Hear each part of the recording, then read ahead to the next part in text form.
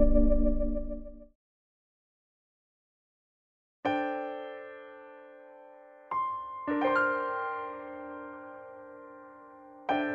beeper went off, and I called my beeper from the house where I was, and the secretary said that, her words, "One of your sons has been run over. You need to get home fast."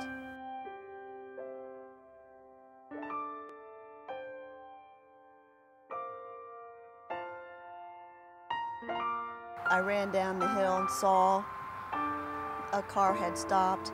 Ran down the hill as fast as I could to the road, and all the way down, I just wasn't sure what I would find. Summer. It was the one time of the year when you get to see your friends and play the greatest game ever.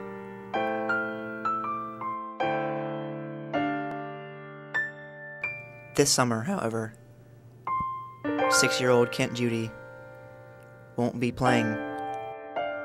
Kent Judy had an accident in May of 1998 that caused him to sit out the whole season of baseball and forced him to watch on the sidelines as his friends played and enjoyed the game.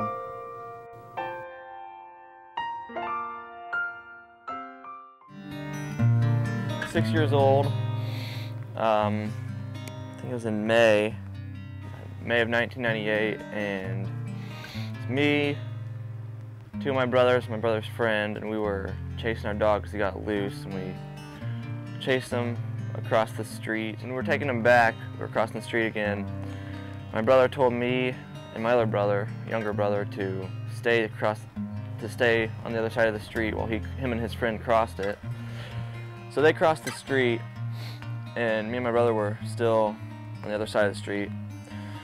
And then finally they looked back and told us to cross, and they must not have seen the car or something, and I didn't see it. And so I crossed the street. Next thing I know, I feel this huge thing hit me on the side. I didn't know what it was.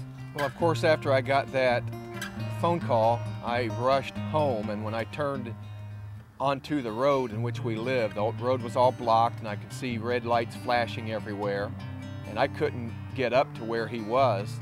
I didn't know which one of my sons had actually been hit by the car, and it appeared to be very serious when I pulled down the road because of the great crowd and all the lights and the police officers. And so I had to park, and I went walking up really quickly, and a police officer stopped me and said I couldn't go up there. And I said, "That's my son. I live there." All the way down, I just wasn't sure what I would find until I heard him crying, and that reassured me that yes, he was at least still alive. Next thing I remember was someone was standing over me. I was on the ground. I don't remember much. I was pretty young.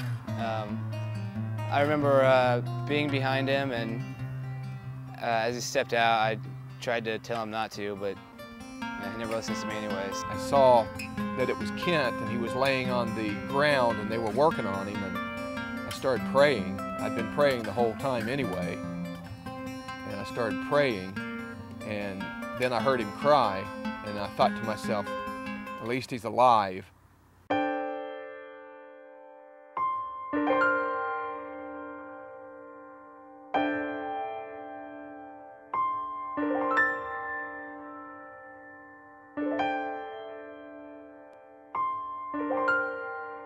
The hardest thing for him was probably having to watch the boys his age and some of them that he knew playing baseball, and he couldn't. Kent quickly recovered from that accident and continued to play the game of baseball, playing youth league baseball until he was 15, and then later playing baseball for the Indianapolis Kings, a homeschool baseball club based out of Indianapolis. My brothers all played, and I played baseball. I was a starting varsity pitcher for New Palestine High School when I was in the 9th grade, and I pitched over 150 innings that year in the 9th grade. I pitched all the way through my senior year, but then my senior year I blew out my rotator cuff, and so I wasn't able to pitch that year. But I did pitch that summer some for the American Legion team, and my sons love baseball too, and they all played in the local league, and then they got too old to play in the local league, and there wasn't anywhere for them to play since they were in homeschool, and that's when I formed the Indianapolis Kings Homeschool Baseball Club.